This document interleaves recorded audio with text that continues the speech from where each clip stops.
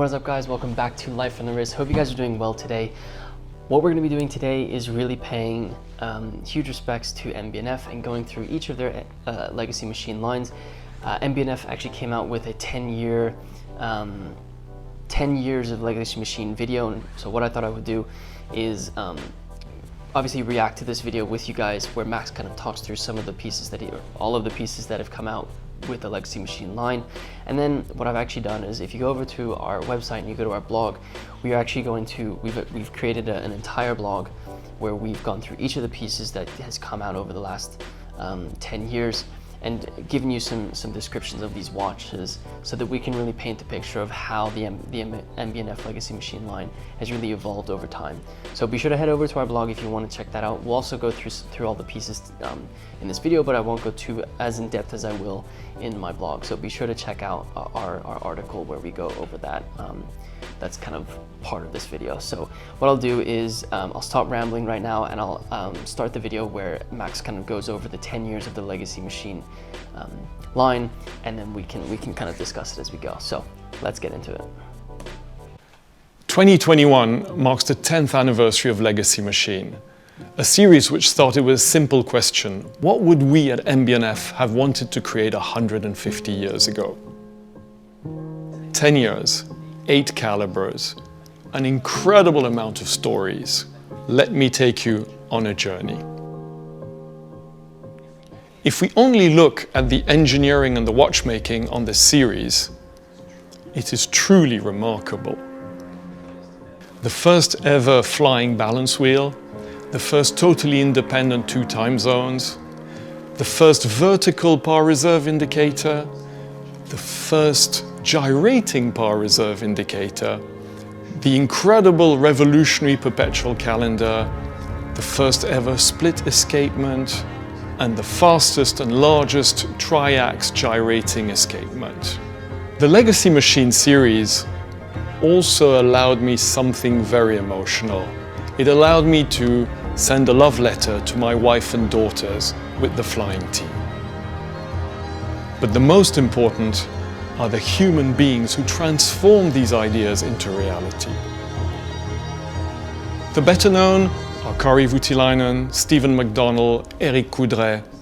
But let's not forget the 50+ incredible engineers, watchmakers, artisans, and all the other people who made this happen. Every one of them bringing his or her passions, soul, and talent. Quickly at 135, I just want to stop it there, because I think it's kind of emotional when you think about it. You know, this is 10 years of some incredible watchmaking and some incredible pieces that have come out that I obviously truly love. But the reason why one of the main reasons that I really love MB&F is it really gave a voice to some of the watchmakers that weren't getting as much public recognition for the talent that they have. There are some watchmakers that have really come to life, and people have really respected them for what they've done. But you know, when you really think about it, watchmaking is unfortunately, it's sad to say, but I think to many it's a dying art. There aren't a lot of people who, I mean, obviously it's a very, very popular thing, but independent watchmakers who are doing their own thing and creating pieces for themselves and the ones that they want to make, you know, it's very difficult for some of those watchmakers, and I'm sure that, you know, these types of watchmakers have probably been close to bankruptcy multiple times, you know. But people like Eric Coudray and Kari Voutilainen, like those people had incredible relationships with MB&F and created some incredible pieces, and they really did get a lot of recognition for that. And I think that's another reason why the Legacy Machine line is so special, as well as the HM line, you know, equally, but I think that's why MB&F really, you know, spoke to me. So I will get off my soapbox and we can get back into the video. Working with Kari changed our lives and our perspective of high-end finishing. On LM1, Kari pushed us to a level which is incredibly rare to find in our industry. That level became the norm for the rest of the series. Beauty is in the exacting details. The LM series was a great canvas to create performance art. From Alain Silberstein to the Chinese artist Shahang and more recently to our friends from H. Moser, each of these collaborations brought a complete new perspective to our creations. When I first sketched what was going to become the first legacy machine, my whole team thought I was completely nuts. We were the crazy rebels of watchmaking. Why would we create a classic round watch? There was a lot of pushback. At MB&F, we always just create for ourselves. But it is heartwarming when we see all the awards that this series has received. LMX is the 10th anniversary piece. We took the original LM1 and emphasized everything which made it incredible. A new flying balance wheel, the dials at an angle, 7 days power reserves thanks to 3 barrels, and this incredible new gyrating power reserve indicator. We called it Legacy because I wanted to honor the greatest master watchmakers of the 18th and 19th century. But when you look at what we have created in the last 10 years and what is about to come out in the next years, I think we can all agree that this is going to be one of MB&F's most important legacies. One of the things I really love about Max is he has a way with words, and he has a way to bring out emotions within you that really puts you into the stories that he's telling, and I think that's something that's really great. I think also one of the really cool things that he mentioned was the Legacy Machine line is supposed to honor the legacy of the watchmakers 100 years ago who really revolutionized watchmaking and made it what it is today. But what I also really think is cool is that it's not only the legacies of the watchmakers from 100 years ago. I think the friends that have been involved in the Legacy Machine line have now, we're also honoring their legacy and making sure that they have a legacy for the things that they are doing, especially with all the innovations that they have come up with, either on their own, but also in collaboration with MB&F. And I think that really is, I think it's a perfect name for this line of watches. So like I said, I would just kind of go over some of the Legacy Machine lines just briefly. If you want to check out more in-depth information about these, you can check out our article on our website. I'll put a link in the description to it so you have that. But basically, I'll start off with the inaugural one, which really got me into MB&F and then the line, the Legacy Machine line, and that is the Legacy Machine number 1. This is a GPHG winner, and this, like Max mentioned in the video, was a winner for all the revolutionary things that they did. It was the largest flying balance wheel at the time. It was the first vertical power reserve indicator on a watch, and obviously reimagined what watchmaking was. There wasn't a watch that looked like this in 2011, okay? So this was really incredible. This was in collaboration with Jean-François Mojon and Kari Voutilainen. Single mainspring, but 2 independent time zones. Brought the mainspring, or the balance wheel to the top of the dial because Max really fell in love with the balance wheels. He mentioned in their launch of the LMX that it was a Philippe Dufour with 2 balance wheels, or with those balance wheels that really kind of made him become in love with the balance wheel. So that's the LM1. Moving over to the LM2, this was another fairly crazy idea. I think this was, you know, more and more balance wheels, I think, is what he was thinking. This watch has 1 time zone right at 12 o'clock, and then it has two oscillating balance wheels with a regulator that obviously makes the watch a little bit more accurate when you have two of those mainsprings. This watch, in my opinion, it's a little bit too busy for me, but I can see the appeal to it for sure. Again, this was with Jean-François Mojon and Kari Voutilainen, and like he mentioned there, the finishing on these pieces are just like seconds. Like there's a level of finishing where it's like not much more you can do. It has a differential that actually works with these 2 mainsprings, which I think is also, again, a really revolutionary part of this watch. Going forward to the next piece, which is the Legacy Machine 101. This watch was, I think Max mentioned it in the LMX video, the launch video. a lot of people said it's just too big. I can't, you know, I can't wear it. You know, it's such a big piece. But I think that's, you know, when you're buying an MB&F piece, you should expect that. So what he actually did was he made it a little bit smaller, brought it down to 40 millimeters, and this time has 2 dials. It has the time at around 2 o'clock, and then at 6 o'clock it has the power reserve indicator, which is again on one of those porcelain dials, and it still has that flying balance wheel on top of it. Interestingly enough, in the launch video, he actually said that this didn't have a very successful launch, and then some time went on, and then they were super hot, which I thought was kind of cool. Going forward, the LM Split Escapement. This was a piece that obviously was, you know, pushing the boundaries when it comes to complications. Split escapement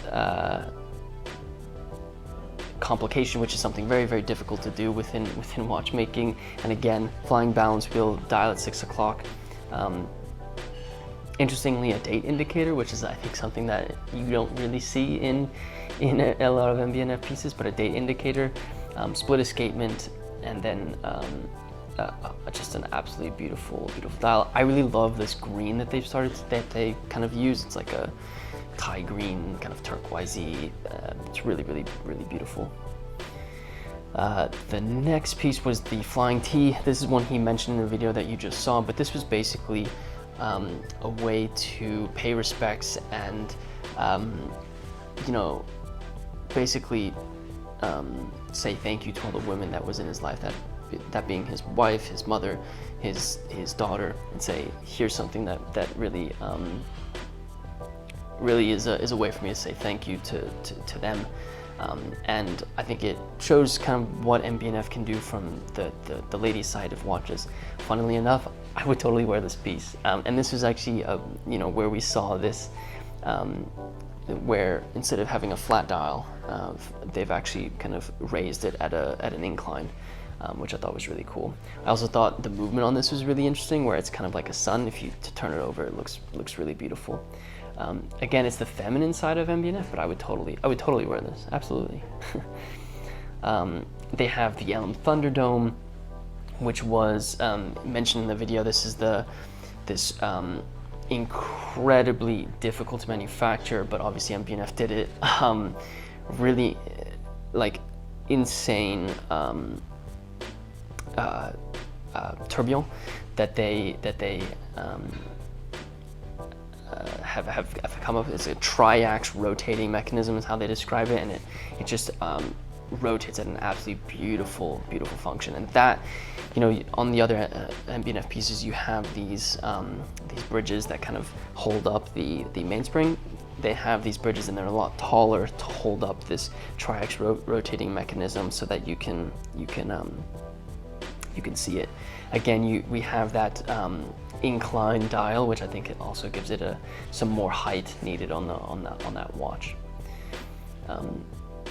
Going forward, there's a ton of these pieces that I have to go through, but the LM Perpetual, this one was in partnership with Stephen McDonald, and they basically reinvented one of the most complex complications, which is the perpetual calendar. And one of the things that I also thought was really cool about the launch videos, the launch of the LMX, is Max kind of talked about this piece and how Stephen McDonald really revolutionized the way in which a perpetual calendar was created. This is basically, there's no, basically what happens is they've created this revolutionary mechanism that uses a 28-day month instead of a 31-day month. So it adds days instead of subtracts days.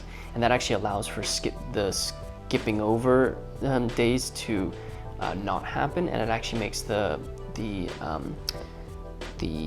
movement a lot more robust, and it's less prone to